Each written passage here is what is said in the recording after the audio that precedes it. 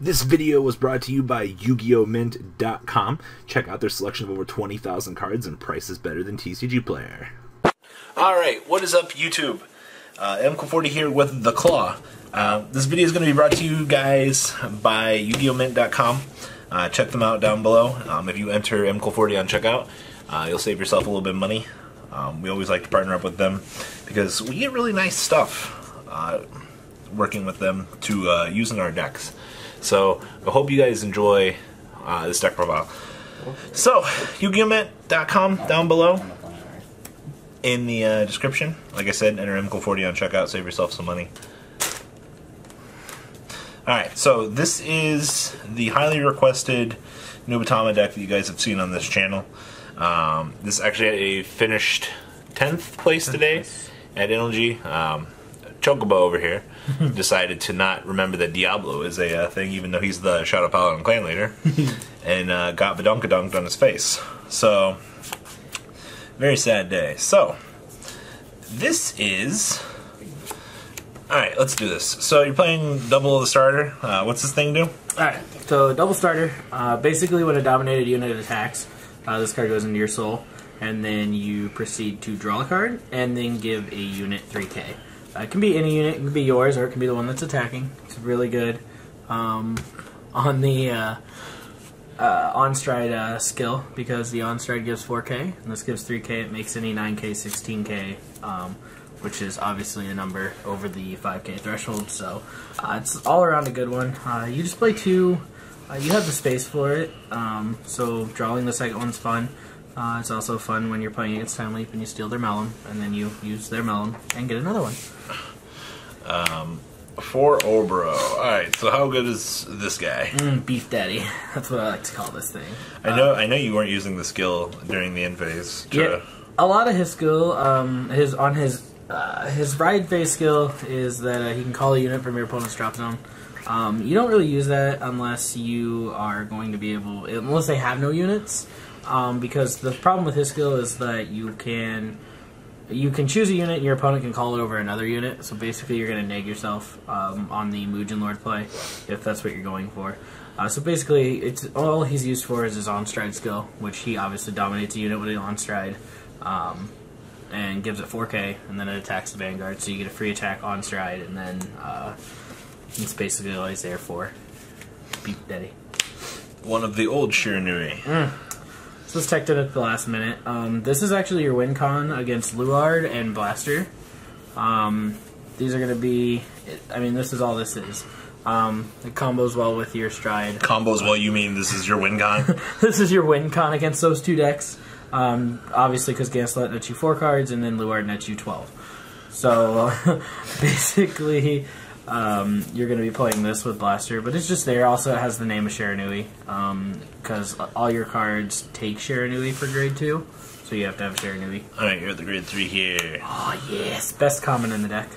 For those of you who don't know, a skill is you allow your opponent to choose one of their rear guards, give it 3k.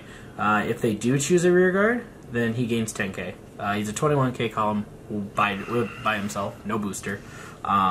So basically this thing is just saying hi, free dick punch. Also, the plus 3k is actually pretty relevant. Alright. Genkai! Great Master Genkai, basically counterblast 1, soul blast 1 when a dominated unit attacks. I chose 3 instead of 4 because I feel like you're already counterblast heavy. Basically what this is there for is just to net you an extra card, so that you can get like a little bit of advantage. His 2k makes him 11k. Basically all day long I just used him as an 11k attacker. Playing stands allows him to restand at 16k. That's basically why he's there. It's just a one draw go. And he's not once per turn, so you can multiple do that if you're on Mugen Lord.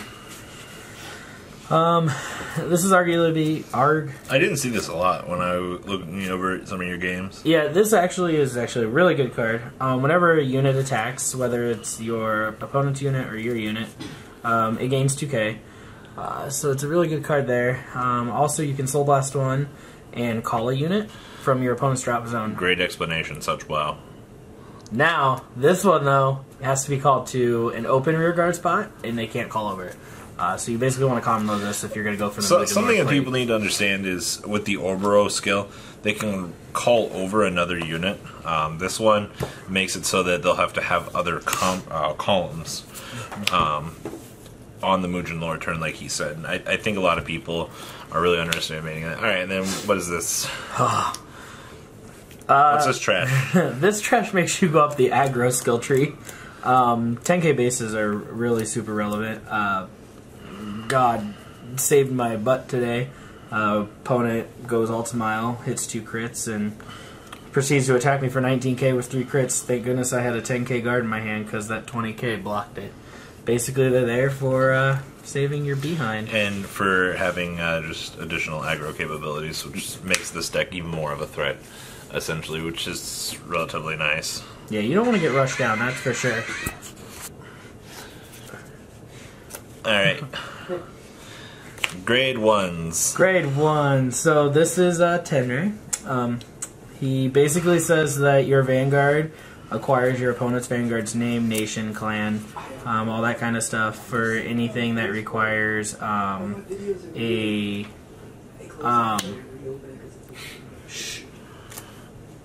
it basically copies that. There are some units that require your Vanguard's name, or your opponent's Vanguard's name. Does this give it sub-clan types too? Like Zodiac time base? No, yeah, it gives it the name. Okay, but you can't search for CTEs. Yeah, can't search or anything like that. Then his secondary skill is if the attack hits where he attacked or boosted, you shove him to the soul and your opponent discards a card. So basically on your first stride, this is a automatic guard column, because your opponent's not going to want to discard 2 cards. And then 2 of the end of the soul countercharge guy. Yeah, who lost me the game. This guy, he's just there to to countercharge. It's really nothing. He didn't lose you the game. You sent the crit into the... I sent him in too. I mean, basically, it's just in there to unflip your damage so that next turn you either can go into your win con, make your opponent's hand 4, or use the counterblast for the G card. That's all he's there for.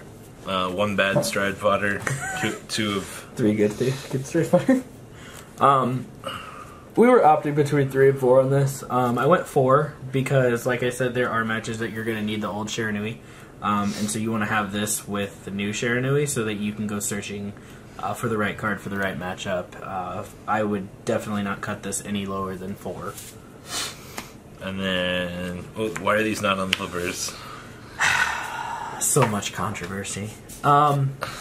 This one is going to net your opponent to guard both dominate attacks, and you play enough unflipping with the grade 1 and also your crit trigger, so really you're not going to need the unflip unless you're being denied. You're being denied, and we already had a game where I got denied, and so we decided to play things that didn't receive counterblast. Opponent found out real hard that was not the way to do it. So, but they're really good. And then if you don't know, they just... If a dominated unit attack hits, 1 goes to the bottom and 1 goes to hand. It's completely free SRS. 4 heals? Yep. Because good. They're good heals. 4 badass Nori. I can't wait till they're all ready. Obviously, and then 3 of that one. So I opted 7 crits. I want to be able to finish my opponent. I was playing 8 and 4. I would rather be able to apply pressure with my Vanguard and then apply pressure with the 21k on a no booster. I think this is the correct ratio for these. 3 after image stand. This card's actually broken. It's stupid. That's basically Belial on crack. You play it when you have less cards than your opponent. You draw a card first, then you send it back to the deck and give a unit 3k. Basically, and it has after image, so if you play it and you're on Shiranui, and you have 6 or less cards, you get it back. So it's not just so that way next turn you can use it and abuse it. And 2 draw triggers. 2 draw. If you get aggro, you want to be able to replenish your hand, so that's why there's 2 draw in there. Like I said, this deck switches between aggro and passive. Alright. 4 copies of... Is this Mugen Tembo? Yeah, this is the God card. So what's this guy do? So he counterblast 1. He then selects a unit, dominates it, stands it, gives it 3k for each face-up card in your G zone. So essentially it's basically giving 3k on the first one, and then it attacks the Vanguard. And the really cool thing about him is he is a board clearer. It says that at the end of the battle, you retire the unit that attacked, or that was dominated. So it essentially gets rid of their interceptor for your battle phase.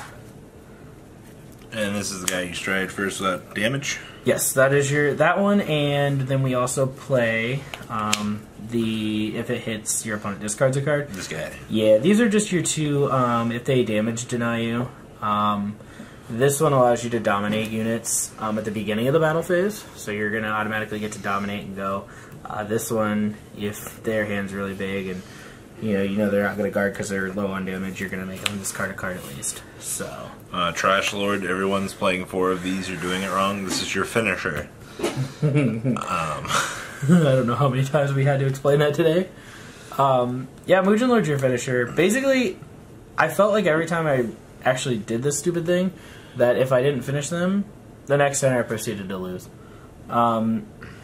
The times they're going to have a full board and you're going to have 5 face-up G units when that thing's on there is slim to none. And I mean, I have never dominated more than 2 units with that thing. I've been giving my own units 4k. We've already discussed this beautiful thing. This kills Blaster and Luard so hard. We are going to cut this guy. Yeah. We're going to copy the. We get this card's good in his matchups, but every time that he went into it, just G-Guards, man. G-Guards, interception, gets around it. Your opponent's hand's just giant. I mean, you go into it against Blaster and Luard. Okay, they just drop their whole hand. They're like, cool, we win. And they just go into Ganzelot next turn. It's a breeze. How many times did this resolve? Oh my god, it resolved 3 times. How many times did I win when it resolved? Every single time. Oh, you can just dominate and go. Yep, I love their 9k. One of this guy. Yeah, he's just he's your generic. As long as your opponent has 6 or less cards, he gains 5k. MVP. I get to steal grade 1s. What's cool? This card seems like trash. Yeah, it is. So, this is actually probably going to drop down for something else. It's probably a dismal. Basically, it makes your opponent discard a card so that it doesn't get 20k. If you've dwindled down your opponent's hand far enough that they have to drop their entire hand on the board, then yeah, it's really good. It is not good, however, when your opponent has 2 Belial Owls and a grade 1 in their hand, and they drop all 3 of them for a Phantom Blaster Dragon, because it screws this up. Because you have no units on the board. So, it's basically just there to make your opponent drop 1 card. It's pretty self-explanatory. That's all it's going to do. Any final comments to people wanting to try this? Don't listen to people. It is not a tier 2 deck. But it's very, very skill-based. It is a very, very skill-based deck. Almost as timely, because you have 2 different play styles essentially built into one deck. You can either play passive or you can play aggressive. And typically you're going to want to play aggressive unless you find a matchup that you're having trouble with, like Blaster. So, alright guys, check out YugiohMint.com down below. Like I said, enter MQ40 on checkout and save yourself some money on your order. Alright guys, we're out. Peace.